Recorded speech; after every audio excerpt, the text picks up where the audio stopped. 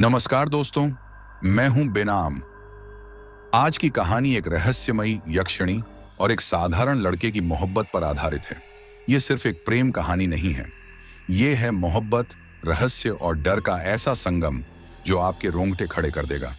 इसलिए आपसे निवेदन है कि इस कहानी को अंत तक जरूर सुनिएगा, तभी आप इसकी गहराई और खौफ को महसूस कर पाएंगे। और हाँ, अगर आपको ये कहानी पसंद आए तो लाइक जरूर कीजिए, चैनल को सब्सक्राइब करना ना भूलिए और कमेंट में अपना नाम और शहर का नाम जरूर लिखिए ताकि हम आपको खास तौर पर धन्यवाद दे सकें। तो चलिए शुरू करते हैं आज की ये खौफनाक लेकिन दिल छू लेने वाली कहानी, यक्षिणी और प्रेम का रहस्य। अर्जुन कोई साधारण व्यक्ति नहीं था, वह एक महत्वाकांक्षी तांत्रिक था जिसने अपनी पूरी जिंदगी गुप्त विद्याओं और प्राचीन ग्रंथों को खंगालने में बिता दी थी।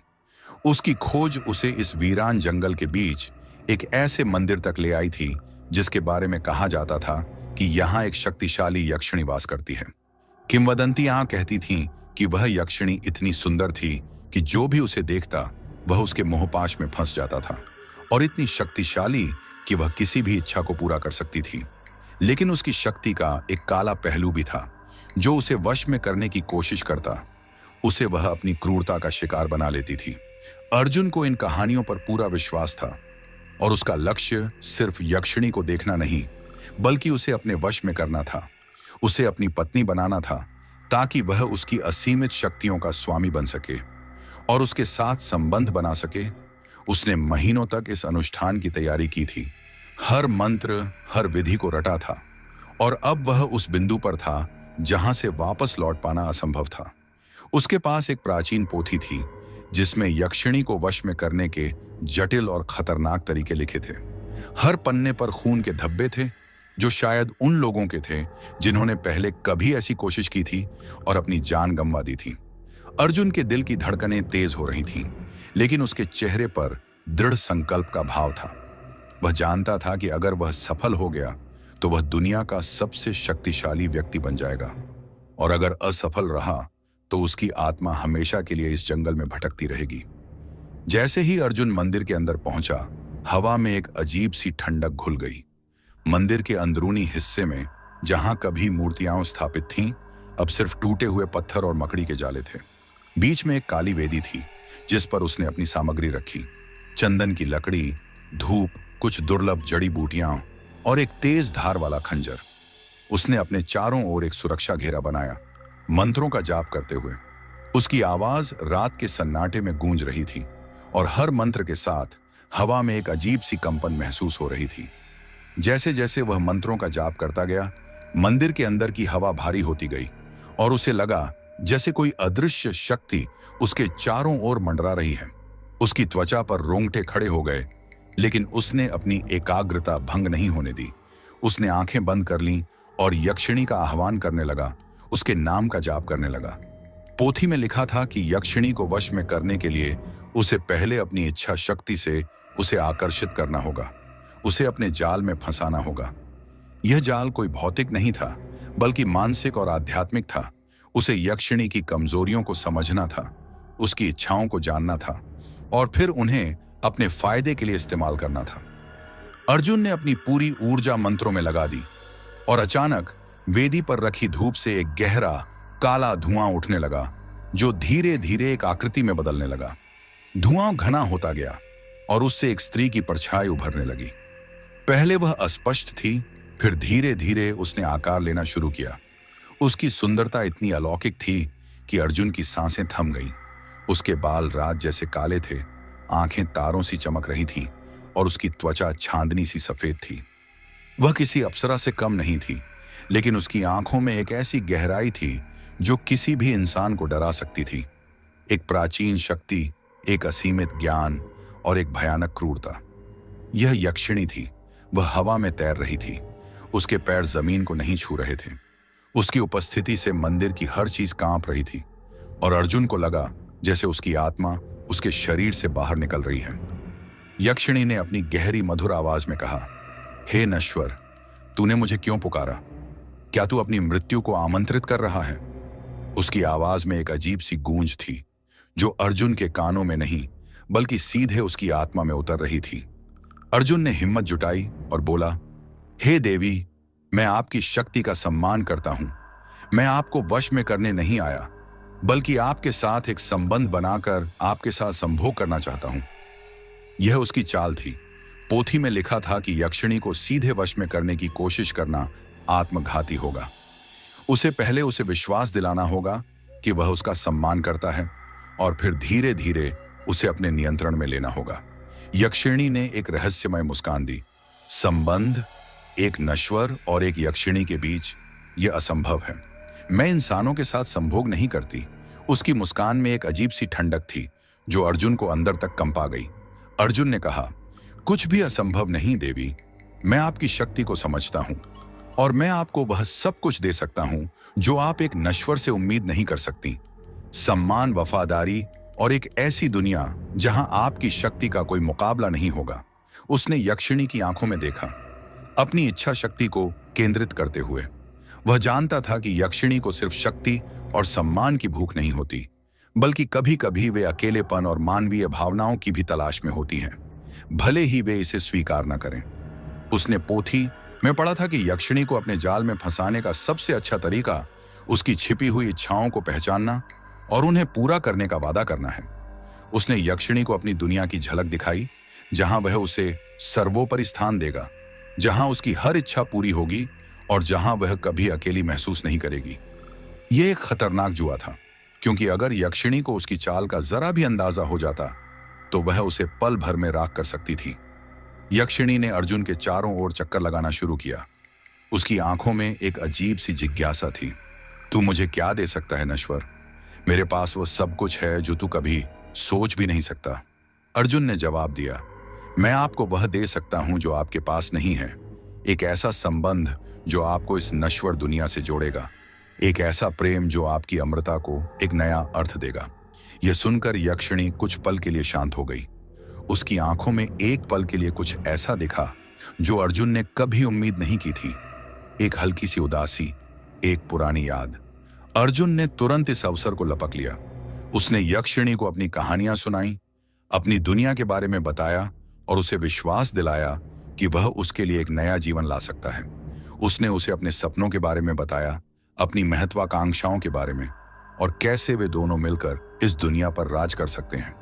उसने अपनी बातों से यक्षिणी के मन में एक बीज बो दिया, एक ऐसी इच्छा का बीज जो शायद उसने कभी महसूस नहीं की थी। एक साथी की इच्छा, एक ऐसे व्यक्ति की इच्छा जो उसकी शक्ति को समझ सके और उसे स्वीकार कर सके। यक्षिणी ने धीरे धीरे वेदी पर उतरना शुरू किया। उसकी परछाई मंदिर की दीवारों पर नाच रही थी। अर्जुन को पता था कि यह उसकी चाल का पहला चरण था।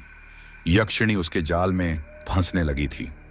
यक्षिणी अब अर्जुन के ठीक सामने खड़ी थी। उसकी आंखें अर्जुन की आत्मा में झांक रही थी। तेरी बातें आकर्षक हैं नश्वर, लेकिन क्या तू जानता है कि तू किससे बात कर रहा है? मैं यक्षिणी हूं जो पल भर में किसी भी इंसान को नष्ट कर सकती हूं। उसकी आवाज अब उतनी कठोर नहीं थी जितनी पहले थी, बल्कि उसमें एक अजीब सी कोमलता घुल गई थी। अर्जुन ने अपना हाथ बढ़ाया। मैं जानता हूं देवी, और मैं आपकी शक्ति का सम्मान करता हूं। मैं आपसे कोई झूठा वादा नहीं कर रहा हूं। मैं आपके एक ऐसा संभोग करना चाहता हूं जो संभोग दुनिया से अलग हो, जो दोनों को लाभ पहुंचाए। उसने धीरे से यक्षिणी के हाथ को छूने की कोशिश की। जैसे ही उसकी उंगलियां और यक्षिणी की त्वचा से टकराईं, एक ठंडी बिजली सी लहर अर्जुन के शरीर में दौड़ गई। यह एक ऐसा स्पर्श था जो जीवन और मृत्यु के बीच की रेखा पर था। यक्षिणी ने अपना हाथ नहीं हटाया। यह एक संकेत था। अर्जुन ने अपनी चाल को और गहरा किया। उसने यक्षिणी को अपनी दुनिया की सुंदरता के बारे में बताया, उन चीजों के बारे में जो उसने कभी नहीं देखी होंगी, उन भावनाओं के बारे में जो उसने कभी महसूस नहीं की होंगी। उसने उसे एक ऐसे भविष्य का सपना दिखाया जहां वे दोनों मिलकर असीमित शक्ति और आनंद का अनुभव करेंगे। यक्षिणी की आंखों में अब कोई क्रोध नहीं था, बल्कि एक गहरी सोच थी। वह अर्जुन की बातों में उलझती जा रही थी, उसके जाल में फंसती जा रही थी। धीरे धीरे यक्षिणी ने अर्जुन के प्रस्ताव को स्वीकार कर लिया। यह कोई जबरदस्ती नहीं थी, बल्कि एक अजीब सी सहमति थी, एक ऐसी स्वीकृति जो उसके अंदर की सदियों पुरानी एकाकीपन से उपजी थी। उसने अर्जुन को अपनी दुनिया के रहस्य बताए, अपनी शक्तियों के बारे में समझाया और कैसे वह इस नश्वर दुनिया में फंसी हुई थी। अर्जुन ने उसे ध्यान से सुना, हर शब्द को अपने दिमाग में बैठा लिया। उसने यक्षिणी के साथ संबंध बनाना शुरू किया, पहले मानसिक रूप से, फिर धीरे धीरे शारीरिक रूप से। उनका संबंध किसी आम इंसान के प्रेम संबंध जैसा नहीं था। यह शक्ति का आदान प्रदान था, रहस्यों का साझाकरण था और एक दूसरे की आत्माओं को समझना था। यक्षिणी ने अर्जुन को अपनी कुछ शक्तियां दी और अर्जुन ने उसे अपनी मानवीय भावनाओं का अनुभव कराया। यह एक अजीब सा संतुलन था, एक ऐसा रिश्ता जो किसी भी समय टूट सकता था। अर्जुन ने उसे अपनी पत्नी बनाने का फैसला किया, न सिर्फ अपनी शक्तियों के लिए, बल्कि इसलिए भी कि वह यक्षिणी की अलौकिक सुंदरता और रहस्यमय व्यक्तित्व से मोहित हो गया था। उसने एक विशेष अनुष्ठान किया जिसमें उसने यक्षिणी को अपनी पत्नी के रूप में स्वीकार किया और यक्षिणी ने भी उसे अपने पति के रूप में स्वीकार किया। यह एक ऐसा विवाह था जो स्वर्ग और नर्क के बीच की रेखा पर था, एक ऐसा बंधन जो सदियों तक याद रखा जाएगा। उनका जीवन एक अजीब सी सामान्यता में ढल गया। अर्जुन ने यक्षिणी की शक्तियों का उपयोग अपनी महत्वाकांक्षाओं को पूरा करने के लिए किया और यक्षिणी ने अर्जुन के साथ रहकर मानवीय भावनाओं का अनुभव किया। लेकिन एक रात जब वे खंडहरों में संभोग कर रहे थे, यक्षिणी अचानक बेचैन हो उठी। उसकी आंखें चमकने लगीं और उसके चेहरे पर एक भयानक भाव आ गया। अर्जुन, उसने धीमी आवाज में कहा, कुछ आ रहा है, कुछ बहुत ही बुरा। अर्जुन ने पूछा, क्या हुआ प्रिय? तुम इतनी घबराई हुई क्यों हो? यक्षिणी ने उसे अपनी ओर खींच लिया। उसकी आवाज में डर था। यह मेरी दुनिया का है, यह मुझे वापस लेने आया है और यह बहुत शक्तिशाली है। तभी मंदिर के बाहर से एक भयानक चीख सुनाई दी जिसने पूरे जंगल को कंपा दिया। हवा में एक अजीब सी गंध फैल गई, जैसे किसी प्राचीन बुराई की। अर्जुन ने देखा कि मंदिर की दीवारों पर दरारें पड़ रही थीं और जमीन कांप रही थी। यक्षिणी ने उसे कसकर पकड़ लिया। उसकी आंखें डर से भरी थीं। हमें भागना होगा अर्जुन, यह हमें ढूंढ रहा है। और तभी मंदिर के मुख्य द्वार से एक विशाल काली परछाई अंदर दाखिल हुई, जिसकी आंखें लाल अंगारों सी जल रही थीं। वह परछाई किसी भयानक राक्षस की थी जो सीधे यक्षिणी की ओर बढ़ रही थी और उसकी आवाज में एक ऐसी क्रूरता थी जो किसी भी इंसान की आत्मा को जमा सकती थी। यक्षिणी, तूने एक नश्वर के साथ संबंध बनाकर हमारे नियमों का उल्लंघन किया है। अब तुझे इसकी कीमत चुकानी होगी। अर्जुन और यक्षिणी एक दूसरे को देखते रह गए। उनके सामने एक ऐसी चुनौती थी जिससे बचना लगभग असंभव था। क्या वे इस भयानक शक्ति से बच पाएंगे और क्या उनका यह अजीब सा संबंध इस परीक्षा में टिक पाएगा? मंदिर के मुख्य द्वार से दाखिल हुई वह विशाल काली परछाई सिर्फ एक आकृति नहीं थी, वह एक जीवित सांस लेता हुआ दुस्वप्न था। उसकी ऊंचाई इतनी थी कि वह मंदिर की छत को छू रही थी और उसका शरीर घने काले धुएं से बना था, जिसमें से कभी कभी लाल लाल नसें चमक उठती थीं, मानो उसके भीतर कोई जलता हुआ लावा हो। उसकी आंखें जो अर्जुन ने दूर से देखी थीं, अब सामने से और भी भयानक लग रही थीं। वे दो दहकते हुए अंगारे थे जो सीधे आत्मा को भेदने की क्षमता रखते थे। उसके मुंह से एक गहरी गुर्राती हुई आवाज निकल रही थी जो सिर्फ ध्वनि नहीं थी बल्कि एक कंपन थी जो मंदिर की प्राचीन दीवारों को हिला रही थी, पत्थरों को चटका रही थी और अर्जुन के दिल को मुट्ठी में भींच रही थी। यह आवाज किसी जानवर की नहीं बल्कि किसी प्राचीन इकाई की थी जो सदियों से क्रोध और प्रतिशोध में जल रही हो। हवा में सड़े हुए मांस और सल्फर की एक तीखी गंध फैल गई जिसने अर्जुन के फेफड़ों को जला दिया और उसे उल्टी जैसा महसूस होने लगा। यक्षिणी, जो अब तक इतनी शांत और शक्तिशाली दिखती थी, उसके चेहरे पर पहली बार इतना गहरा डर अर्जुन ने देखा था। उसकी चमकती आंखें सिकुड़ गई थीं और उसका शरीर कांप रहा था, मानो वह किसी अदृश्य शक्ति से लड़ रही हो। उसने अर्जुन का हाथ इतनी जोर से पकड़ा कि उसकी हड्डियां चरमरा गईं और उसकी आवाज में एक ऐसी घबराहट थी जो अर्जुन ने पहले कभी नहीं सुनी थी। भागो अर्जुन, यह काल छाया है, यह मुझे वापस लेने आया है। इसकी शक्ति अकल्पनीय है। काल छाया ने एक और भयानक गर्जना की और उसकी काली भुजाएं मंदिर के अंदर फैलने लगी, जैसे वह पूरे मंदिर को अपनी गिरफ्त में लेना चाहता हो। उसकी पहुंच इतनी तेज थी कि अर्जुन को सोचने का भी समय नहीं मिला।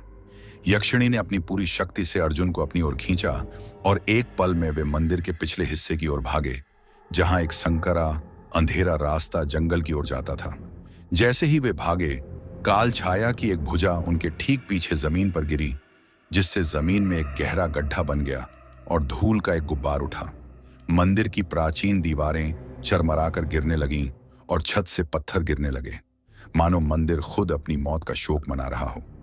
अर्जुन ने पीछे मुड़कर देखा तो उसे लगा जैसे वह किसी दुःस्वप्न में फंस गया हो। काल छाया की लाल आंखें उन्हें लगातार घूर रही थीं और उसकी गति अविश्वसनीय थी। वह सिर्फ चल नहीं रहा था, बल्कि हवा में तैर रहा था, एक काली धुंध की तरह जो हर चीज को निगलने के लिए तैयार थी। यक्षिणी ने अपनी कुछ अदृश्य शक्तियों का उपयोग किया, जिससे मंदिर के कुछ पत्थर काल छाया के रास्ते में गिर गए, लेकिन इससे उसकी गति पर कोई खास फर्क नहीं पड़ा। वह उन पत्थरों को चीरता हुआ आगे बढ़ रहा था, मानो वे सिर्फ हवा हों। अर्जुन को महसूस हुआ कि यक्षिणी की शक्ति भी इस इकाई के सामने कम पड़ रही थी। उसकी सांसें तेज हो गई थीं और उसके शरीर में एक अजीब सी सिहरन दौड़ रही थी। उसे लगा जैसे कोई अदृश्य हाथ उसकी आत्मा को खींच रहा हो। वे जंगल में भागे, जहां पेड़ों की घनी छाया ने उन्हें कुछ पल के लिए राहत दी, लेकिन यह राहत क्षणिक थी। जंगल में भी काल छाया का प्रभाव महसूस हो रहा था। पेड़ अपनी जगह पर कांप रहे थे, पत्तियां मुरझा रही थीं और हवा में वही सड़ी हुई गंध और सल्फर की महक फैल रही थी। यक्षिणी ने अर्जुन का हाथ कसकर पकड़ा हुआ था और वे बिना रुके भागते रहे। यक्षिणी ने फुसफुसाते हुए कहा, यह सिर्फ एक इकाई नहीं है अर्जुन, यह अंधकार का एक अंश है जो मेरी दुनिया से आया है। मैंने अपनी दुनिया के नियमों का उल्लंघन किया है और यह मुझे दंडित करने आया है। अर्जुन ने हाँफते हुए पूछा, तुम्हारी दुनिया? तुम किस बारे में बात कर रही हो? यक्षिणी ने एक गहरी सांस ली। मेरी दुनिया जहां मैं रहती थी वह अलोक है। वहां यक्षिणियां और अन्य अलौकिक प्राणी रहते हैं। हम नश्वर प्राणियों के साथ संबंध नहीं बना सकते। यह हमारे अस्तित्व के नियमों के विरुद्ध है। मैंने तुमसे संबंध बनाकर इन नियमों को तोड़ा है और अब मुझे इसकी कीमत चुकानी होगी। उसकी आवाज में एक अजीब सी पीड़ा थी, जैसे वह कोई गहरा रहस्य उजागर कर रही हो। अर्जुन को लगा जैसे उसके पैरों तले जमीन खिसक रही हो। उसने कभी नहीं सोचा था कि यक्षिणी की दुनिया इतनी जटिल और खतरनाक होगी। उसे सिर्फ उसकी शक्ति और सुंदरता दिखाई दी थी, लेकिन अब उसे उसके अस्तित्व का काला और भयानक पक्ष भी दिख रहा था। काल छाया उनके ठीक पीछे था। उसकी गति इतनी तेज थी कि वे कितनी भी तेजी से भागते वह दूरी कम होती जा रही थी। जंगल में पेड़ों के बीच से भागते हुए अर्जुन को लगा जैसे हर पेड़ एक भयानक आकृति में बदल रहा हो और हर छाया एक नया खतरा बन रही हो। काल छाया की लाल आंखें पेड़ों के बीच से चमकती हुई दिखाई दे रही थीं और उसकी भयानक गर्जना से जंगल के जानवर डरकर भाग रहे थे। यक्षिणी ने अपनी कुछ और शक्तियों का उपयोग किया। उसने अपने हाथों से एक नीली रोशनी निकाली, जिसने पेड़ों के चारों ओर एक अस्थायी ऊर्जा ढाल बनाई, जिससे काल छाया की गति कुछ पल के लिए धीमी हो गई। लेकिन यह ढाल भी ज्यादा देर तक टिक नहीं पाई। काल छाया ने एक भयानक चीख मारी और उस ढाल को अपनी शक्ति से तोड़ दिया, जिससे नीली रोशनी बिखर गई और जंगल में एक तेज धमाका हुआ। अर्जुन को लगा जैसे उसके कान फट गए हों। यक्षिणी हाँफने लगी। उसकी शक्ति कम होती जा रही थी। यह बहुत शक्तिशाली है अर्जुन। इसकी शक्ति मेरी कल्पना से भी परे है। यह अंधकार का शुद्ध रूप है। उसकी आवाज में निराशा थी, लेकिन उसने हार नहीं मानी थी। वे एक गहरी खाई की ओर भागे, जिसके ऊपर एक पुराना टूटा हुआ लकड़ी का पुल था। पुल इतना कमजोर था कि उस पर चलना भी खतरनाक था, लेकिन उनके पास कोई और रास्ता नहीं था। जैसे ही वे पुल पर पहुंचे, काल छाया उनके ठीक पीछे आ गया। उसकी काली भुजाएं पुल की ओर बढ़ीं और उसकी लाल आंखें अर्जुन और यक्षिणी पर टिकी थीं। यक्षिणी ने अर्जुन को धक्का दिया और कहा, तुम जाओ अर्जुन, मैं इसे रोकने की कोशिश करती हूं। अर्जुन ने उसे कसकर पकड़ लिया। नहीं, हम साथ रहेंगे। यक्षिणी ने एक पल के लिए उसकी आंखों में देखा और फिर एक अजीब सी शक्ति उसके शरीर में भर गई। उसने अपने हाथों से एक तेज ऊर्जा तरंग निकाली, जिसने काल छाया को कुछ पल के लिए पीछे धकेल दिया। यह यक्षिणी की अंतिम शक्ति थी। इस बीच अर्जुन ने पुल पर दौड़ना शुरू किया। पुल चरमरा रहा था और हर कदम पर उसे लग रहा था कि वह टूट जाएगा। यक्षिणी उसके ठीक पीछे थी, अपनी बची हुई शक्ति से काल छाया को रोके हुए। काल छाया ने एक और भयानक गर्जना की और अपनी पूरी शक्ति से पुल पर हमला किया। पुल के लकड़ी के तख्ते टूटने लगे और वे खाई में गिरने लगे। अर्जुन ने आखिरी छलांग लगाई और खाई के दूसरी ओर पहुंच गया, लेकिन यक्षिणी अभी भी पुल पर थी। जैसे ही पुल का आखिरी हिस्सा टूटा, यक्षिणी ने भी छलांग लगाई, लेकिन वह खाई में गिरने लगी। अर्जुन ने अपनी पूरी शक्ति से उसका हाथ पकड़ा और उसे अपनी ओर खींचा। वे दोनों खाई के किनारे पर लटक गए। उनके नीचे गहरी अंधेरी खाई थी। काल छाया खाई के किनारे पर आ गया। उसकी लाल आंखें उन्हें घूर रही थीं। उसकी भयानक आवाज गूंज रही थी, तुम मुझसे बच नहीं सकती यक्षिणी। तुमने नियमों को तोड़ा है और अब तुम्हें अपने कर्मों का फल भुगतना होगा। अर्जुन ने अपनी पूरी ताकत से यक्षिणी को ऊपर खींचा और वे दोनों खाई से बाहर आ गए। यक्षिणी हाँफ रही थी। उसकी शक्ति लगभग खत्म हो चुकी थी। यह हमें नहीं छोड़ेगा अर्जुन। यह तब तक हमारा पीछा करेगा जब तक यह मुझे नष्ट नहीं कर देता। अर्जुन ने उसे कसकर पकड़ा और कहा, हम लड़ेंगे, हम हार नहीं मानेंगे। वे जंगल में और गहराई तक भागे, जहां पेड़ों की घनी छाया और भी गहरी थी। यक्षिणी ने उसे एक ऐसे स्थान पर ले जाने का फैसला किया जहां काल छाया की पहुंच मुश्किल हो। एक प्राचीन गुफा, जिसके बारे में कहा जाता था कि वह यक्षिणियों के लिए एक पवित्र स्थान था, जहां वे अपनी शक्ति को छुपा सकती थीं। जैसे ही वे गुफा के मुहाने पर पहुंचे, हवा में एक अजीब सी शांति छा गई। काल छाया की भयानक गर्जना अब सुनाई नहीं दे रही थी, लेकिन अर्जुन को पता था कि वह अभी भी उनके पीछे है। गुफा के अंदर का रास्ता अंधेरा और संकरा था और उसमें एक अजीब सी नमी थी। यक्षिणी ने अपने हाथों से एक हल्की नीली रोशनी निकाली, जिसने उन्हें रास्ता दिखाया। गुफा के अंदरूनी हिस्से में दीवारों पर प्राचीन चित्र बने हुए थे, जो यक्षिणियों के इतिहास और उनकी दुनिया के बारे में बता रहे थे। गुफा के अंदर चलते हुए यक्षिणी ने अर्जुन को अपनी दुनिया के बारे में और बताया। हमारी दुनिया अलौकिक प्रकाश और अंधकार के संतुलन पर बनी है। यक्षिणियां प्रकाश का प्रतिनिधित्व करती हैं और काल छाया जैसे प्राणी अंधकार का। जब कोई यक्षिणी नियमों को तोड़ती है तो अंधकार उसे वापस खींचने की कोशिश करता है ताकि संतुलन बना रहे। मैंने तुम्हें चुना अर्जुन, क्योंकि मुझे लगा कि तुम मुझे इस एकाकीपन से बाहर निकाल सकते हो। मैंने कभी सोचा नहीं था कि इसका परिणाम इतना भयानक होगा। उसकी आवाज में एक अजीब सी उदासी थी, जैसे वह अपने के पर पछता रही हो। अर्जुन ने उसका हाथ पकड़ा। तुमने जो किया वह प्रेम के लिए किया और मैं तुम्हारे साथ हूं, चाहे कुछ भी हो जाए। यक्षिणी ने उसकी आंखों में देखा और एक पल के लिए उसके चेहरे पर एक हल्की सी मुस्कान आई। गुफा के अंदरूनी हिस्से में एक बड़ा कक्ष था, जहां एक प्राचीन वेदी थी, जिसके ऊपर एक क्रिस्टल चमक रहा था। यक्षिणी ने कहा, यह जीवन क्रिस्टल है। यह हमारी दुनिया की ऊर्जा का स्रोत है। अगर हम इसे सक्रिय कर सकें तो शायद हम काल छाया को कुछ समय के लिए रोक सकें। लेकिन जैसे ही उसने क्रिस्टल को छुआ, क्रिस्टल से एक लाल रोशनी निकली और गुफा कांपने लगी। अचानक गुफा के मुहाने से काल छाया की भयानक गर्जना सुनाई दी। वह गुफा के अंदर आ चुका था। उसकी काली परछाई गुफा की दीवारों पर नाच रही थी और उसकी लाल आंखें क्रिस्टल पर टिकी थीं। तुम मुझसे छिप नहीं सकती यक्षिणी। यह क्रिस्टल तुम्हारा अंतिम आश्रय नहीं होगा। काल छाया ने अपनी काली भुजाएं क्रिस्टल की ओर बढ़ाईं और क्रिस्टल से एक भयानक ऊर्जा निकलने लगी। यक्षिणी ने अर्जुन को धक्का दिया और कहा, अर्जुन, तुम्हें भागना होगा। मैं इसे रोकने की कोशिश करती हूं। अर्जुन ने उसे कसकर पकड़ा। नहीं, हम साथ लड़ेंगे। यक्षिणी ने अपनी बची हुई शक्ति से क्रिस्टल को सक्रिय करने की कोशिश की, लेकिन काल छाया की शक्ति इतनी ज्यादा थी कि क्रिस्टल झरमरा रहा था। काल छाया ने एक भयानक चीख मारी और अपनी पूरी शक्ति से क्रिस्टल पर हमला किया। क्रिस्टल टूट गया और उसकी ऊर्जा गुफा में बिखर गई, जिससे एक तेज धमाका हुआ और गुफा का एक हिस्सा ढह गया। अर्जुन और यक्षिणी मलबे के नीचे दबने से बाल बाल बचे।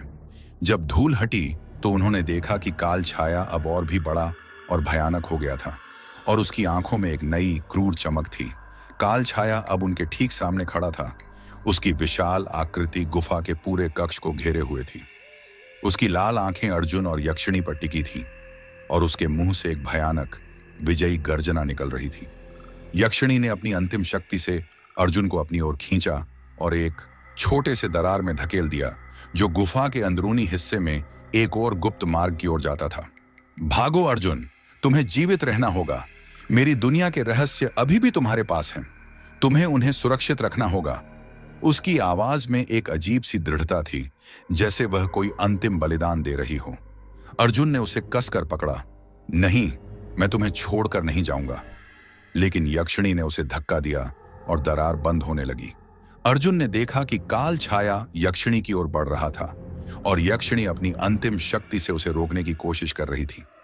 उसकी आंखें अर्जुन पर टिकी थीं और उनमें एक अजीब सी चमक थी, प्रेम की, विदाई की और एक गहरे रहस्य की। याद रखना अर्जुन, आलोक सिर्फ एक दुनिया नहीं है, यह एक जाल भी है। उसकी आवाज धीमी होती गई और दरार पूरी तरह से बंद हो गई। अर्जुन उस अंधेरे संकरे रास्ते में अकेला रह गया। उसे यक्षिणी की अंतिम बातें सुनाई दे रही थी। आलोक सिर्फ एक दुनिया नहीं है, यह एक जाल भी है। इसका क्या मतलब था? क्या यक्षिणी ने उसे किसी और खतरे के बारे में चेतावनी दी थी? क्या काल छाया सिर्फ एक मोहरा था और कोई और बड़ी शक्ति थी जो इन सब के पीछे थी? गुफा के अंदर से अभी भी काल छाया की भयानक गर्जना और यक्षिणी के संघर्ष की आवाजें आ रही थीं, लेकिन धीरे धीरे वे आवाजें कम होती गईं और अंत में सिर्फ गहरा सन्नाटा रह गया। अर्जुन को लगा जैसे उसकी आत्मा का एक हिस्सा उसके शरीर से निकल गया हो। वह अकेला था, एक अनजान गुफा में, एक ऐसी दुनिया के रहस्यों के साथ जो उसने कभी सोची भी नहीं थी। उसके पास अब यक्षिणी नहीं थी, लेकिन उसके पास उसकी यादें थीं, उसकी शक्तियां थीं और एक भयानक रहस्य था जिसे उसे सुलझाना था। क्या यक्षिणी जीवित थी? क्या वह कभी उससे दोबारा मिल पाएगा? और आलोक का जाल क्या था? अर्जुन को पता था कि उसकी यात्रा अभी खत्म नहीं हुई थी, बल्कि यह तो बस शुरुआत थी। उसे जीवित रहना था, यक्षिणी को ढूंढना था और उन सभी रहस्यों को उजागर करना था जो इस भयानक रात में सामने आए थे। लेकिन सबसे बड़ा सवाल यह था कि क्या वह अकेला यह सब कर पाएगा, जब काल छाया अभी भी उसके पीछे था और एक नया अनजाना खतरा उसका इंतजार कर रहा था। गुफा के उस अंधेरे संकरे रास्ते में अर्जुन अकेला रह गया था, जहां यक्षिणी ने उसे अपनी अंतिम शक्ति से धकेला था। उसके कानों में अभी भी काल छाया की भयानक गर्जना और यक्षिणी के संघर्ष की आवाजें गूंज रही थीं, जो धीरे धीरे कम होती जा रही थीं और अंत में सिर्फ एक गहरा भयावह सन्नाटा रह गया था। यह सन्नाटा इतना भारी था कि अर्जुन को लगा जैसे वह उसके फेफड़ों को कुचल रहा हो, उसकी आत्मा को निचोड़ रहा हो। यक्षिणी की अंतिम बातें, आलोक सिर्फ एक दुनिया नहीं है, यह एक जाल भी है। कंपोनेंट प्लेसमेंट उसके दिमाग में बार बार गूंज रही थी, एक रहस्यमय पहेली की तरह जिसे उसे सुलझाना था। क्या यक्षिणी जीवित थी? क्या वह कभी उससे दोबारा मिल पाएगा? और आलोक का यह जाल क्या था? ये सवाल उसके दिमाग में भंवर की तरह घूम रहे थे, उसे पागल कर रहे थे। उसके दिल में एक अजीब सी टीस उठ रही थी, यक्षिणी को खोने का दर्द और उसे बचाने में असमर्थ होने का पछतावा। लेकिन इस दर्द के साथ ही एक नई भयानक दृढ़ता भी उसके भीतर जन्म ले रही थी। उसे जीवित रहना था, यक्षिणी को ढूंढना था और उन सभी रहस्यों को उजागर करना था जो इस भयानक रात में सामने आए थे। यह संकरा रास्ता इतना अंधेरा था कि अर्जुन को अपनी हथेली भी दिखाई नहीं दे रही थी। हवा में एक अजीब सी नम और बासी गंध थी जो किसी प्राचीन बंद जगह की याद दिला रही थी। दीवारों पर काई जमी हुई थी और कभी कभी उसे अपने पैरों के नीचे कुछ चिपचिपा महसूस होता था, जिससे उसे घिन आती थी। उसने अपने हाथों से दीवारों को टटोलना शुरू किया, धीरे धीरे आगे बढ़ता गया। हर कदम पर उसे लगा जैसे कोई अदृश्य शक्ति उसे घूर रही हो, उसकी हर हरकत पर नजर रख रही हो। उसे लगा जैसे गुफा की दीवारें खुद सांस ले रही हों और हर सांस के साथ एक ठंडी हवा उसके ऊपर से गुजरती हो, जिससे उसके रोंगटे खड़े हो जाते थे। जैसे जैसे वह आगे बढ़ता गया, रास्ता और भी संकरा होता गया और उसे कई बार झुककर या रेंग कर आगे बढ़ना पड़ा। कुछ जगहों पर उसे लगा जैसे कोई अदृश्य हाथ उसे छू रहा हो या कोई फुसफुसाहट उसके कानों में गूंज रही हो, लेकिन जब वह रुककर सुनता तो सिर्फ गहरा सन्नाटा होता। यह सब उसके दिमाग का फितूर था या सचमुच कोई और भी इस अंधेरे में छिपा हुआ था? उसे अपनी प्राचीन पोथी की याद आई जिसमें यक्षिणी को वश में करने के तरीके लिखे थे। उसने सोचा कि शायद उसमें आलोक के बारे में भी कुछ लिखा हो, लेकिन उस समय उसे पोथी पढ़ने का कोई मौका नहीं मिला था। वह सिर्फ आगे बढ़ता गया। उसकी एकमात्र प्रेरणा यक्षिणी की अंतिम चेतावनी थी। अचानक उसे एक हल्की सी रोशनी दिखाई दी जो दूर से आ रही थी। यह रोशनी इतनी कमजोर थी कि वह सिर्फ एक टिमटिमाते हुए तारे जैसी लग रही थी, लेकिन अर्जुन के लिए यह आशा की एक किरण थी। उसने अपनी गति बढ़ा दी, उस रोशनी की ओर बढ़ता गया। जैसे जैसे वह रोशनी के करीब पहुंचा, उसने देखा कि वह रोशनी किसी प्राकृतिक स्रोत से नहीं आ रही थी, बल्कि वह दीवारों पर बने कुछ प्राचीन प्रतीकों से निकल रही थी। ये प्रतीक ऐसे थे जो उसने पहले कभी नहीं देखे थे। जटिल, घुमावदार रेखाएं जो एक दूसरे में उलझी हुई थीं और उनसे एक अजीब सी ऊर्जा निकल रही थी। रोशनी के स्रोत तक पहुंचने पर अर्जुन ने देखा कि वह एक छोटे से कक्ष में आ गया था, जहां दीवारों पर वही चमकते हुए प्रतीक बने हुए थे। कक्ष के बीच में एक छोटा सा कुंड था, जिसमें काला गाढ़ा पानी भरा हुआ था और उससे एक अजीब सी मीठी और सड़ी हुई गंध आ रही थी। कुंड के ऊपर हवा में एक धुंधली आकृति तैर रही थी, जो किसी स्त्री जैसी दिख रही थी, लेकिन वह इतनी अस्पष्ट थी कि उसे ठीक से देखा नहीं जा सकता था। यह आकृति धीरे धीरे हिल रही थी और उससे एक धीमी दर्द भरी आवाज निकल रही थी, जो किसी गाने जैसी लग रही थी, लेकिन उसके बोल समझ में नहीं आ रहे थे। अर्जुन को लगा जैसे यह आवाज सीधे उसकी आत्मा को छू रही हो, उसे अंदर तक कंपा रही हो। उसे यक्षिणी की अंतिम बातें याद आईं। आलोक सिर्फ एक दुनिया नहीं है, यह एक जाल भी है। क्या यह आकृति आलोक के जाल का हिस्सा थी? क्या यह कोई और यक्षिणी थी जो इस जाल में फंसी हुई थी? उसने हिम्मत जुटाई और उस आकृति की ओर बढ़ा। जैसे ही वह करीब पहुंचा, आकृति और भी स्पष्ट होने लगी और उसने देखा कि वह एक सुंदर स्त्री थी, लेकिन उसकी आंखें खाली थीं और उसके चेहरे पर एक भयानक पीड़ा का भाव था। उसके बाल बिखरे हुए थे और उसके शरीर पर कई घाव थे, जिनसे काला रक्त बह रहा था। वह किसी भयानक यातना से गुजर रही थी। उस आकृति ने अपनी खाली आंखों से अर्जुन की ओर देखा और उसकी आवाज में एक अजीब सी गूंज थी। तुम यहां क्यों आए हो नश्वर? क्या तुम भी इस जाल में फंसना चाहते हो? उसकी आवाज इतनी दर्द भरी थी कि अर्जुन का दिल दहल गया। उसने पूछा, तुम कौन हो और यह कैसा जाल है? आकृति ने एक धीमी दर्द भरी हंसी हंसी। मैं माया हूं, आलोक की एक प्राचीन यक्षिणी, और यह जाल, यह आलोक का ही दूसरा रूप है। उसने अपने हाथों से कुंड की ओर इशारा किया। यह कुंड स्मृति कुंड है।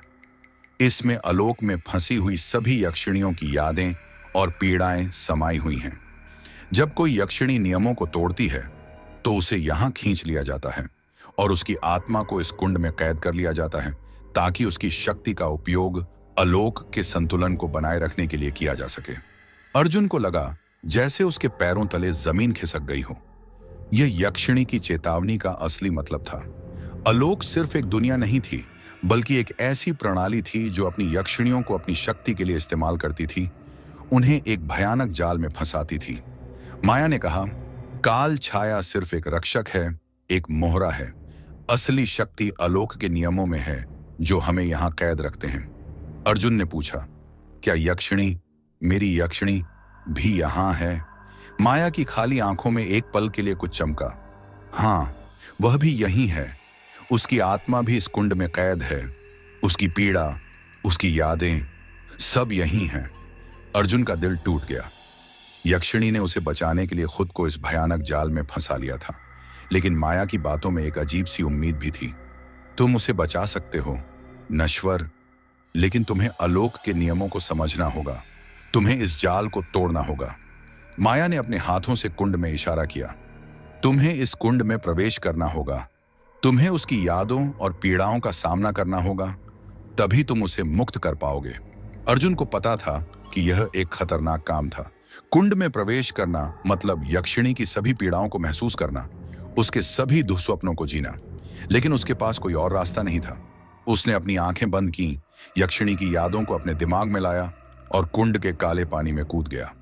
जैसे ही वह पानी में कूदा, उसे लगा जैसे उसका शरीर जल रहा हो और एक भयानक ठंडक उसकी हड्डियों तक पहुंच गई हो। पानी काला नहीं था, बल्कि वह एक तरल अंधकार था जो उसे अंदर तक निगल रहा था। कुंड के भीतर अर्जुन ने खुद को एक अजीब भयानक जगह पर पाया। यह कोई भौतिक स्थान नहीं था, बल्कि यक्षिणी की यादों और पीड़ाओं का एक भंवर था। उसे यक्षिणी के अतीत के टुकड़े दिखाई देने लगे। उसकी दुनिया, आलोक जहां वह रहती थी, उसकी सुंदरता, उसकी शक्ति और उसका एकाकीपन। उसे यक्षिणी के उन पलों का अनुभव हुआ जब उसने नियमों को तोड़ा था, जब उसने अर्जुन से संबंध बनाने का फैसला किया था और जब काल छाया ने उसका पीछा किया था। हर याद एक नया दर्द ला रही थी। हर पीड़ा उसे अंदर तक झकझोर रही थी। उसे यक्षिणी के डर का अनुभव हुआ, उसकी निराशा का और उसकी अंतिम विदाई का। यह सब इतना वास्तविक था कि अर्जुन को लगा जैसे वह खुद उन पलों को जी रहा हो। उसे यक्षिणी की आवाजें सुनाई दे रही थीं, जो उसे पुकार रही थीं, उसे चेतावनी दे रही थीं। उसने देखा कि यक्षिणी की आत्मा कुंड के भीतर एक चमकदार बिंदु के रूप में मौजूद थी, जो धीरे धीरे धुंधली होती जा रही थी, जैसे वह गायब हो रही हो। अर्जुन को पता था कि उसके पास ज्यादा समय नहीं था। उसे यक्षिणी की आत्मा को बचाना था, उसे इस भयानक जाल से मुक्त करना था। उसने अपनी तंत्रिक शक्तियों का उपयोग करना शुरू किया। उसने अपने दिमाग में मंत्रों का जाप किया, अपनी इच्छा शक्ति को केंद्रित किया और यक्षिणी की आत्मा की ओर बढ़ने लगा। यह एक भयानक संघर्ष था, क्योंकि यक्षिणी की पीड़ाएं उसे पीछे खींच रही थीं, उसे डुबोने की कोशिश कर रही थीं। उसे लगा जैसे अनगिनत हाथ उसे पकड़ रहे हों, उसे नीचे खींच रहे हों। लेकिन अर्जुन ने हार नहीं मानी। उसे यक्षिणी की यादें दिखाई दे रही थीं, उसकी मुस्कान, उसकी आंखें और उसके साथ बिताए हुए पल। ये यादें उसे शक्ति दे रही थीं, उसे आगे बढ़ने के लिए प्रेरित कर रही थीं। उसने अपनी पूरी ऊर्जा को केंद्रित किया और यक्षिणी की आत्मा को अपनी ओर खींचना शुरू किया। जैसे ही उसने यक्षिणी की आत्मा को छुआ, एक तेज रोशनी निकली, जिसने पूरे कुंड को रोशन कर दिया। कुंड का काला पानी धीरे धीरे साफ होने लगा और माया की आकृति भी चमकने लगी। यक्षिणी की आत्मा अर्जुन के हाथों में आ गई, एक छोटे से चमकते हुए बिंदु के रूप में। अर्जुन ने उसे अपने दिल के करीब रखा और उसे लगा जैसे यक्षिणी की शक्ति उसके शरीर में समा रही हो। जैसे ही अर्जुन कुंड से बाहर निकला, उसने देखा कि माया की आकृति अब और भी स्पष्ट हो गई थी और उसकी आंखों में एक नई चमक थी, आशा की चमक। तुमने कर दिखाया नश्वर, तुमने उसे मुक्त कर दिया, माया ने कहा। उसकी आवाज में अब कोई दर्द नहीं था, बल्कि एक अजीब सी शांति थी। लेकिन यह सिर्फ शुरुआत है। आलोक का जाल बहुत गहरा है। तुम्हें इस दुनिया से बाहर निकलना होगा और यक्षिणी को पूरी तरह से मुक्त करना होगा। माया ने अपने हाथों से गुफा की एक और दीवार की ओर इशारा किया, जहां एक नया मार्ग खुल गया था। यह मार्ग तुम्हें आलोक के मुख्य द्वार तक ले जाएगा, लेकिन सावधान रहना नश्वर। आलोक के रक्षक तुम्हें रोकने की कोशिश करेंगे और काल छाया अभी भी तुम्हारा पीछा कर रहा है। अर्जुन ने माया को धन्यवाद दिया और उस नए मार्ग की ओर बढ़ा। उसके पास अब यक्षिणी की आत्मा थी और एक नया उद्देश्य था। उसे आलोक के जाल से बाहर निकलना था और यक्षिणी को पूरी तरह से मुक्त करना था। नया मार्ग भी अंधेरा और संकरा था, लेकिन इसमें एक अजीब सी ऊर्जा थी। अर्जुन को लगा जैसे वह किसी और आयाम में प्रवेश कर रहा हो। दीवारों पर अजीबोगरीब आकृतियां बनी हुई थीं, जो किसी प्राचीन सभ्यता की याद दिला रही थीं, और उनसे एक धीमी गुनगुनाती हुई आवाज आ रही थी, जो किसी मंत्र जैसी लग रही थी। जैसे जैसे वह आगे बढ़ता गया, हवा में एक अजीब सी ठंडक घुल गई और उसे लगा जैसे कोई अदृश्य शक्ति उसे घूर रही हो। अचानक मार्ग के बीच में दो विशाल आकृतियां प्रकट हुईं। वे आलोक के रक्षक थे, दो काले विशालकाय प्राणी, जिनकी आंखें नीले रंग की चमक रही थीं और उनके हाथों में चमकती हुई तलवारें थीं। उनकी आवाजें इतनी गहरी थीं कि अर्जुन को लगा जैसे उसके कान फट गए हों। नश्वर, तुम यहां क्यों आए हो? तुम्हें इस दुनिया में प्रवेश करने की अनुमति नहीं है। अर्जुन को पता था कि उसे इनसे लड़ना होगा। उसने अपनी तंत्रिक शक्तियों का उपयोग करना शुरू किया, लेकिन रक्षक बहुत शक्तिशाली थे। उनकी तलवारें हवा में बिजली की तरह चमक रही थीं और उनकी गति अविश्वसनीय थी। अर्जुन ने अपनी पूरी शक्ति से उनका सामना किया, लेकिन वह जानता था कि वह अकेला उनसे नहीं जीत पाएगा। जब अर्जुन रक्षकों से लड़ रहा था, तो उसे यक्षिणी की आत्मा से एक अजीब सी ऊर्जा महसूस हुई। यक्षिणी की आत्मा उसके भीतर जागृत हो रही थी, उसे शक्ति दे रही थी। उसने देखा कि यक्षिणी की आत्मा से एक नीली रोशनी निकल रही थी, जो उसके शरीर में समा रही थी। अर्जुन को लगा जैसे उसकी शक्ति बढ़ गई हो और वह अब रक्षकों का सामना करने के लिए तैयार था। उसने अपनी पूरी शक्ति से हमला किया और रक्षकों को पीछे धकेल दिया। रक्षक हैरान थे, क्योंकि उन्हें उम्मीद नहीं थी कि एक नश्वर इतना शक्तिशाली होगा। उन्होंने एक और हमला किया, लेकिन अर्जुन ने उन्हें अपनी शक्ति से रोक दिया। यह एक भयानक लड़ाई थी, जो जीवन और मृत्यु के बीच की रेखा पर थी। अर्जुन ने यक्षिणी की आत्मा की शक्ति का उपयोग किया और उसने रक्षकों को हरा दिया। रक्षक जमीन पर गिर गए और उनकी आकृतियां धुंधली होने लगी, जैसे वे हवा में घुल रहे हों। अर्जुन हाँफ रहा था, उसकी शक्ति कम हो गई थी, लेकिन वह विजयी था। वह आगे बढ़ता गया और अंत में एक बड़े खुले कक्ष में पहुंचा। यह कक्ष आलोक का मुख्य द्वार था, एक विशाल चमकता हुआ पोर्टल जो किसी और दुनिया की ओर खुल रहा था। पोर्टल से एक तेज रोशनी निकल रही थी और उससे एक अजीब सी मधुर आवाज आ रही थी जो किसी स्वर्ग जैसी लग रही थी। अर्जुन को लगा जैसे वह किसी सपने में आ गया हो, लेकिन तभी उसे पोर्टल के दूसरी ओर से एक भयानक आवाज सुनाई दी। तुम कहां जा रहे हो नश्वर? तुम मुझसे बच नहीं सकते। यह काल छाया था। वह अभी भी उसका पीछा कर रहा था। काल छाया पोर्टल के दूसरी ओर प्रकट हुआ। उसकी लाल आंखें अर्जुन पर टिकी थीं। उसकी आवाज में एक अजीब सी जीत थी। तुमने यक्षिणी को मुक्त कर दिया, लेकिन तुम खुद इस जाल में फंस गए हो। अब तुम्हें इसकी कीमत चुकानी होगी। अर्जुन को पता था कि उसके पास ज्यादा समय नहीं था। उसे पोर्टल से बाहर निकलना था और यक्षिणी को पूरी तरह से मुक्त करना था। अर्जुन ने यक्षिणी की आत्मा को अपने दिल के करीब रखा और पोर्टल की ओर भागा। काल छाया उसके ठीक पीछे था। उसकी काली भुजाएं उसे पकड़ने के लिए फैल रही थीं। अर्जुन ने पोर्टल में छलांग लगाई और उसे लगा जैसे वह किसी शून्य में गिर रहा हो। पोर्टल से एक तेज रोशनी निकली और फिर सब कुछ अंधेरा हो गया। जब अर्जुन की आंखें खुलीं तो उसने खुद को एक अनजान जगह पर पाया। वह किसी जंगल में था, लेकिन यह वह जंगल नहीं था जहां उसने यक्षिणी का आह्वान किया था। यह एक नया रहस्यमय जंगल था जहां पेड़ अजीबोगरीब थे और हवा में एक अजीब सी गंध थी। उसके पास अभी भी यक्षिणी की आत्मा थी जो उसके दिल में चमक रही थी। उसने देखा कि उसके शरीर पर कुछ निशान थे जो यक्षिणी की शक्ति के कारण बने थे।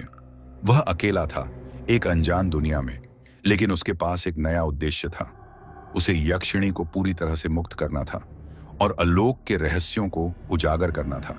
लेकिन तभी उसे जंगल से एक अजीब सी आवाज सुनाई दी, किसी के चलने की आवाज और फिर एक फुसफुसाहट। तुम यहां क्यों आए हो नश्वर? यह हमारी दुनिया है। अर्जुन ने देखा कि पेड़ों के बीच से कुछ आकृतियां निकल रही थीं, जो किसी इंसान जैसी नहीं थीं, बल्कि उनसे एक अजीब सी डरावनी ऊर्जा निकल रही थी।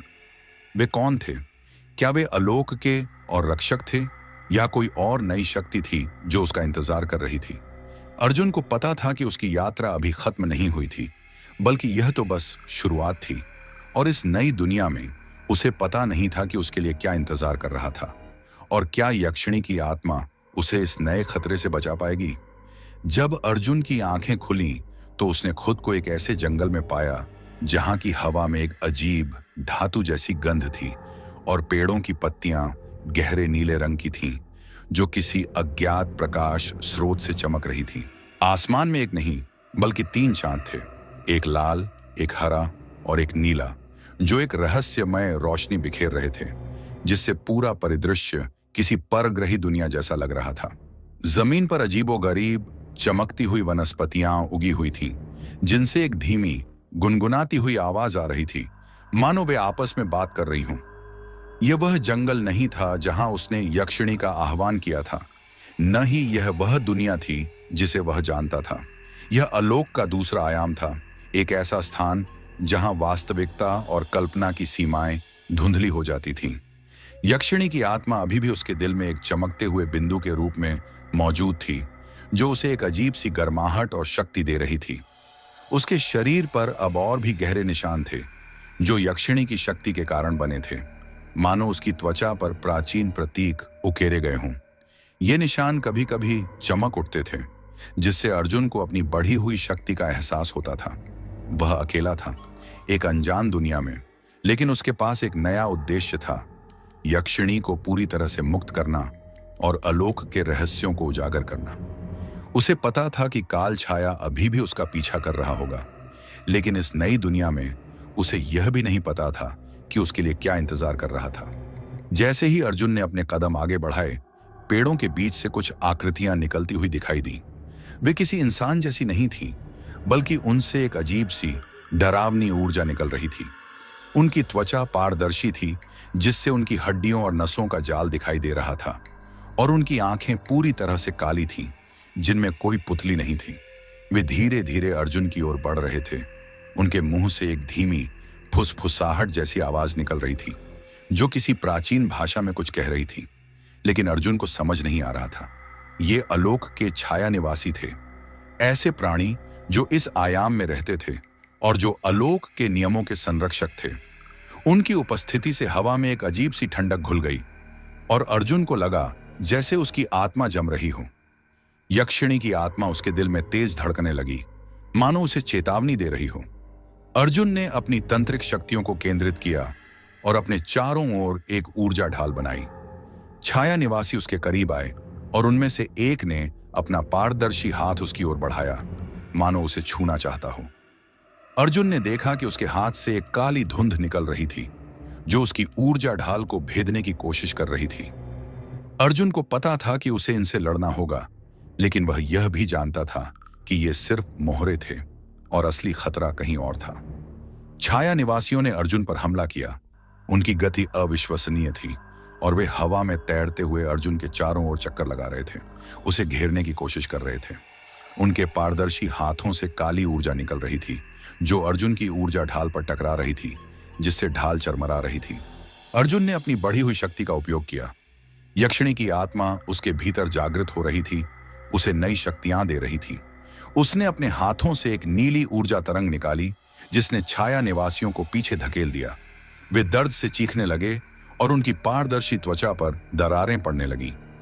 अर्जुन ने देखा कि उनकी चीखें सिर्फ ध्वनि नहीं थीं, बल्कि वे एक ऐसी ऊर्जा थीं जो उसके दिमाग को भेदने की कोशिश कर रही थी, उसे पागल कर रही थी। उसने अपनी एकाग्रता भंग नहीं होने दी और अपनी पूरी शक्ति से उन पर हमला किया। छाया निवासी एक एक करके हवा में घुलने लगे, जैसे वे कभी थे ही नहीं। अर्जुन हाँफ रहा था। उसकी शक्ति कम हो गई थी, लेकिन वह विजयी था। उसे पता था कि यह सिर्फ एक छोटी सी जीत थी और असली लड़ाई अभी बाकी थी। उसे यक्षिणी को पूरी तरह से मुक्त करना था और आलोक के जाल को हमेशा के लिए तोड़ना था। अर्जुन आगे बढ़ता गया और जंगल और भी घना और रहस्यमय होता गया। पेड़ों की जड़ें जमीन से बाहर निकलकर हवा में लहरा रही थीं, जैसे वे किसी अदृश्य चीज को पकड़ना चाहती हों। हवा में एक अजीब सी फुसफुसाहट थी, जो हर जगह से आ रही थी, मानो जंगल खुद उससे बात कर रहा हो। यक्षिणी की आत्मा उसे लगातार मार्गदर्शन दे रही थी, उसे सही रास्ता दिखा रही थी। उसे लगा जैसे यक्षिणी उसके साथ है, उसे शक्ति दे रही है। उसने अपनी आंखें बंद की और यक्षिणी की आत्मा से जुड़ने की कोशिश की। उसे यक्षिणी की आवाज सुनाई दी, जो उसके दिमाग में गूंज रही थी। अर्जुन, तुम्हें आलोक के केंद्र तक पहुंचना होगा। जहां आलोक का हृदय धड़कता है, वहीं से तुम मुझे पूरी तरह से मुक्त कर पाओगे और इस जाल को तोड़ पाओगे। यक्षिणी की आवाज में एक अजीब सी पीड़ा थी, लेकिन उसमें एक दृढ़ संकल्प भी था। अर्जुन ने पूछा, आलोक का हृदय क्या है? यक्षिणी ने जवाब दिया, यह आलोक की ऊर्जा का स्रोत है। यह वह शक्ति है जो हमें यहाँ कैद रखती है। यह वह इकाई है जो आलोक के नियमों को नियंत्रित करती है। तुम्हें इसे नष्ट करना होगा। अर्जुन को पता था कि यह एक असंभव काम था, लेकिन उसके पास कोई और रास्ता नहीं था। उसे यक्षिणी को बचाना था और इस भयानक जाल से बाहर निकलना था। अर्जुन ने यक्षिणी के मार्गदर्शन का पालन किया और वह एक विशाल प्राचीन गुंबद तक पहुंचा। यह गुंबद किसी जीवित चीज से बना था। उसकी दीवारें मांसल थीं और उनसे एक धीमी धड़कन जैसी आवाज आ रही थी, मानो गुंबद खुद सांस ले रहा हो। गुंबद के ऊपर एक विशाल चमकती हुई आंख थी, जो पूरे परिदृश्य को घूर रही थी और उससे एक लाल रोशनी निकल रही थी, जो अर्जुन को अंदर तक कंपा रही थी। यह आलोक का हृदय था। गुंबद के चारों ओर अनगिनत छाया निवासी खड़े थे, जो गुंबद की रक्षा कर रहे थे, और उनकी आंखें अर्जुन पर टिकी थीं। उनके मुंह से एक धीमी सामूहिक फुसफुसाहट निकल रही थी, जो किसी भयानक मंत्र जैसी लग रही थी। अर्जुन को पता था कि उसे इन सभी छाया निवासियों को हराना होगा और फिर आलोक के हृदय तक पहुंचना होगा। उसने अपनी तंत्रिक शक्तियों को केंद्रित किया और यक्षिणी की आत्मा को अपने भीतर जागृत किया। उसके शरीर से एक नीली रोशनी निकली, जिसने पूरे परिदृश्य को रोशन कर दिया, और वह छाया निवासियों की ओर बढ़ा। यह एक भयानक लड़ाई थी। छाया निवासी अर्जुन पर टूट पड़े, उनकी काली ऊर्जा अर्जुन पर बरस रही थी। अर्जुन ने अपनी पूरी शक्ति से उनका सामना किया, अपनी तंत्रिक शक्तियों और यक्षिणी की आत्मा की शक्ति का उपयोग किया। उसने अपने हाथों से ऊर्जा तरंगें निकाली, जो छाया निवासियों को नष्ट कर रही थीं, और उसने अपनी गति का उपयोग करके उनके हमलों से बचा। लड़ाई घंटों तक चली और अर्जुन हाँफ रहा था। उसकी शक्ति कम होती जा रही थी, लेकिन उसने हार नहीं मानी। उसे यक्षिणी को बचाना था और इस जाल को तोड़ना था।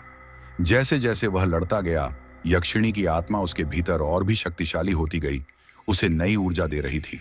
उसने देखा कि उसकी त्वचा पर बने निशान और भी चमकने लगे थे और उसे लगा जैसे वह यक्षिणी के साथ एक हो गया हो। अंत में उसने सभी छाया निवासियों को हरा दिया। वे हवा में घुल गए और गुंबद के चारों ओर सन्नाटा छा गया। अर्जुन हाँफ रहा था। उसके शरीर पर कई घाव थे, लेकिन उसने आलोक के हृदय तक पहुंचने का रास्ता साफ कर लिया था। अर्जुन ने गुंबद के अंदर प्रवेश किया। अंदर का माहौल और भी अजीब और भयानक था। गुंबद के अंदरूनी हिस्से में दीवारें मांसल थीं और उनसे एक गहरी धड़कन जैसी आवाज आ रही थी, मानो वह किसी विशालकाय जीव का दिल हो। बीच में एक विशाल चमकता हुआ क्रिस्टल था जो गुंबद के केंद्र में तैर रहा था और उससे एक लाल रोशनी निकल रही थी जो पूरे कक्ष को रोशन कर रही थी। यह आलोक का हृदय था। क्रिस्टल के चारों ओर अनगिनत आत्माएं तैर रही थीं जो किसी यक्षिणियों जैसी दिख रही थीं, लेकिन वे इतनी धुंधली थीं कि उन्हें ठीक से देखा नहीं जा सकता था। ये वे यक्षिणियां थीं जो आलोक के जाल में फंसी हुई थीं और जिनकी आत्माओं को आलोक की शक्ति के लिए इस्तेमाल किया जा रहा था। अर्जुन को लगा जैसे उनकी पीड़ाएं उसे अंदर तक छू रही हों, उसे दर्द दे रही हों। उसने देखा कि यक्षिणी की आत्मा भी उन आत्माओं में से एक थी, लेकिन वह अभी भी उसके दिल में चमक रही थी, मानो वह उसे मार्गदर्शन दे रही हो। अर्जुन आलोक के हृदय की ओर बढ़ा। जैसे ही वह करीब पहुंचा, क्रिस्टल से एक तेज ऊर्जा निकली जिसने उसे पीछे धकेल दिया। क्रिस्टल से एक गहरी प्राचीन आवाज निकली जो सीधे अर्जुन के दिमाग में गूंज रही थी। नश्वर, तुम यहां क्यों आए हो? तुम्हें इस दुनिया में प्रवेश करने की अनुमति नहीं है। तुम आलोक के नियमों को तोड़ रहे हो। यह आलोक का हृदय खुद बोल रहा था, आलोक की नियंत्रक इकाई। अर्जुन ने अपनी तंत्रिक शक्तियों को केंद्रित किया और यक्षिणी की आत्मा को अपने भीतर जागृत किया। उसने कहा, मैं यहां यक्षिणी को मुक्त करने आया हूं और इस जाल को तोड़ने आया हूं। आलोक का हृदय हंसा। उसकी हंसी इतनी भयानक थी कि गुंबद कांप उठा। तुम एक नश्वर हो, तुम मुझे नष्ट नहीं कर सकते। मैं आलोक का अस्तित्व हूं, मैं इस दुनिया का संतुलन हूं। अर्जुन को पता था कि उसे आलोक के हृदय को नष्ट करना होगा, लेकिन यह एक असंभव काम था। वह एक इकाई नहीं था, बल्कि एक अवधारणा था, एक शक्ति थी जो पूरे आलोक को नियंत्रित करती थी। यक्षिणी की आत्मा उसके भीतर और भी शक्तिशाली होती गई। उसने अर्जुन को एक रहस्य बताया।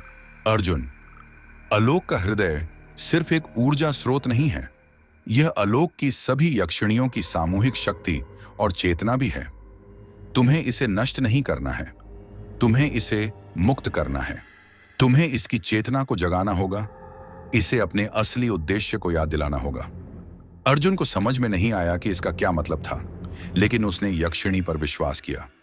उसने अपनी तंत्रिक शक्तियों को केंद्रित किया और अपनी इच्छा शक्ति से आलोक के हृदय पर हमला किया। उसने अपनी ऊर्जा को क्रिस्टल में प्रवाहित करना शुरू किया, लेकिन यह ऊर्जा विनाशकारी नहीं थी, बल्कि यह प्रेम की ऊर्जा थी, समझ की ऊर्जा थी और मुक्ति की ऊर्जा थी। उसने आलोक के हृदय की चेतना को जगाने की कोशिश की, उसे अपने असली उद्देश्य को याद दिलाने की कोशिश की।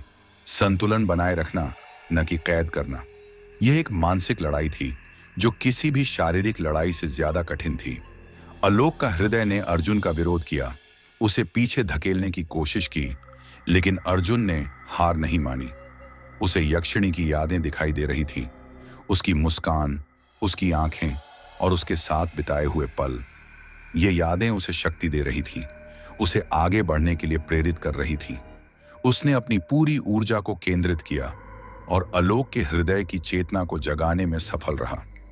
क्रिस्टल से एक तेज सफेद रोशनी निकली जिसने पूरे गुंबद को रोशन कर दिया। आलोक का हृदय की आवाज अब उतनी कठोर नहीं थी, बल्कि उसमें एक अजीब सी शांति थी। तुमने मुझे जगा दिया, नश्वर। तुमने मुझे अपने असली उद्देश्य को याद दिलाया। क्रिस्टल से एक नई ऊर्जा निकली जो गुंबद में फंसी हुई सभी आत्माओं को मुक्त कर रही थी। आत्माएं चमकने लगीं और वे धीरे धीरे हवा में घुलने लगीं, जैसे वे अपने असली रूप में वापस आ रही हों। यक्षिणी की आत्मा भी अर्जुन के भीतर से निकली और वह क्रिस्टल के पास एक चमकदार आकृति में बदल गई। उसने अर्जुन की ओर देखा और उसकी आंखों में एक अजीब सी चमक थी, प्रेम की, कृतज्ञता की और एक नए जीवन की। तुमने मुझे मुक्त कर दिया अर्जुन, तुमने हमें मुक्त कर दिया। उसकी आवाज अब पूरी तरह से स्पष्ट थी और उसमें कोई दर्द नहीं था। आलोक का हृदय ने कहा, अब आलोक अपने असली रूप में वापस आ जाएगा। संतुलन बहाल हो जाएगा और तुम्हें अपने घर वापस जाना होगा। अर्जुन को पता था कि यह विदाई का समय था। उसने यक्षिणी की ओर देखा और उसने भी उसकी ओर देखा। उनकी आंखों में एक दूसरे के लिए गहरा प्यार था, एक ऐसा प्यार जो किसी भी दुनिया की सीमाओं से परे था। यक्षिणी ने अपना हाथ बढ़ाया और अर्जुन ने उसका हाथ पकड़ा। यह एक अंतिम स्पर्श था, एक ऐसी विदाई जो हमेशा के लिए याद रखी जाएगी। आलोक का हृदय से एक तेज रोशनी निकली जिसने अर्जुन को अपनी ओर खींच लिया। उसे लगा जैसे वह किसी शून्य में गिर रहा हो और फिर सब कुछ अंधेरा हो गया। जब अर्जुन की आंखें खुली तो उसने खुद को उसी प्राचीन मंदिर के खंडहरों में पाया जहां उसने यक्षिणी का आह्वान किया था। सूरज की पहली किरणें पेड़ों की पत्तियों से छनकर जमीन पर पड़ रही थीं और हवा में एक अजीब सी शांति थी। मंदिर के खंडहर अब पहले से ज्यादा शांत और पवित्र लग रहे थे, मानो वहां से कोई भयानक बोझ हट गया हो। अर्जुन के शरीर पर अभी भी यक्षिणी की शक्ति के निशान थे, लेकिन वे अब चमक नहीं रहे थे, बल्कि वे एक स्थायी याद बन गए थे। उसके दिल में यक्षिणी की आत्मा नहीं थी, लेकिन उसकी यादें और उसका प्यार हमेशा उसके साथ रहेगा। वह जानता था कि यक्षिणी अब मुक्त थी और वह अपने असली रूप में वापस आ गई थी। अर्जुन ने मंदिर से बाहर कदम रखा और उसने देखा कि जंगल अब पहले से ज्यादा हरा भरा और जीवंत लग रहा था। पक्षी चहचहा रहे थे और हवा में फूलों की खुशबू फैल रही थी। उसे लगा जैसे उसने एक भयानक दुःस्वप्न से मुक्ति पाली हो और अब वह एक नए जीवन की शुरुआत कर रहा हो। वह जानता था कि उसकी जिंदगी अब पहले जैसी नहीं रहेगी। उसने अलौकिक दुनिया के रहस्यों को देखा था, उसने एक यक्षिणी से प्यार किया था और उसने आलोक के जाल को तोड़ा था। वह अब एक साधारण तांत्रिक नहीं था, बल्कि वह एक ऐसा व्यक्ति था जिसने जीवन और मृत्यु, वास्तविकता और कल्पना की सीमाओं को पार कर लिया था। उसकी यात्रा खत्म हो गई थी, लेकिन उसकी कहानी हमेशा के लिए जीवित रहेगी। वह जानता था कि यक्षिणी हमेशा उसके दिल में रहेगी, एक ऐसी याद के रूप में जो उसे हमेशा प्रेरित करती रहेगी। लेकिन क्या यह सचमुच अंत था? अर्जुन ने अपनी हथेली पर बने यक्षिणी की शक्ति के निशान को देखा, जो अब धुंधला हो गया था, लेकिन पूरी तरह से गायब नहीं हुआ था। उसे लगा जैसे हवा में एक हल्की सी फुसफुसाहट सुनाई दी हो। अर्जुन, हम फिर मिलेंगे। क्या यह सिर्फ उसकी कल्पना थी या यक्षिणी ने उसे कोई संकेत दिया था? क्या आलोक का जाल सचमुच टूट गया था या उसके अभी भी कुछ हिस्से बचे थे? अर्जुन ने आसमान की ओर देखा जहां सूरज चमक रहा था और उसे लगा जैसे एक नई कहानी की शुरुआत हो रही हो। एक ऐसी कहानी जो अभी भी अनकही थी और जिसके रहस्य अभी भी गहरे थे। क्या अर्जुन कभी यक्षिणी से दोबारा मिल पाएगा? क्या आलोक के और भी रहस्य थे जो उसे सुलझाने थे? और क्या उसकी यह नई शक्ति उसे किसी और खतरे की ओर ले जाएगी? यह कहानी यहीं खत्म नहीं होती, बल्कि यह एक नए अध्याय की शुरुआत है, एक ऐसी यात्रा की शुरुआत जहां रहस्य और रोमांच कभी खत्म नहीं होंगे। तो दोस्तों, यह थी यक्षिणी और अर्जुन की रहस्यमय और रोमांचक कहानी का अंतिम एपिसोड। क्या आपको यह कहानी पसंद आई? क्या आप अर्जुन और यक्षिणी के अगले कारनामों को देखना चाहेंगे? अगर आपको यह कहानी पसंद आई तो इस वीडियो को लाइक करें, हमारे चैनल को सब्सक्राइब करें और कमेंट करके बताएं कि आपको कहानी का कौन सा हिस्सा सबसे ज्यादा पसंद आया। आपके लाइक, कमेंट और सब्सक्रिप्शन हमें ऐसी और भी रोमांचक कहानियां बनाने के लिए प्रेरित करते हैं। जुड़े रहें, क्योंकि रहस्य और रोमांच की दुनिया में अभी और भी बहुत कुछ है।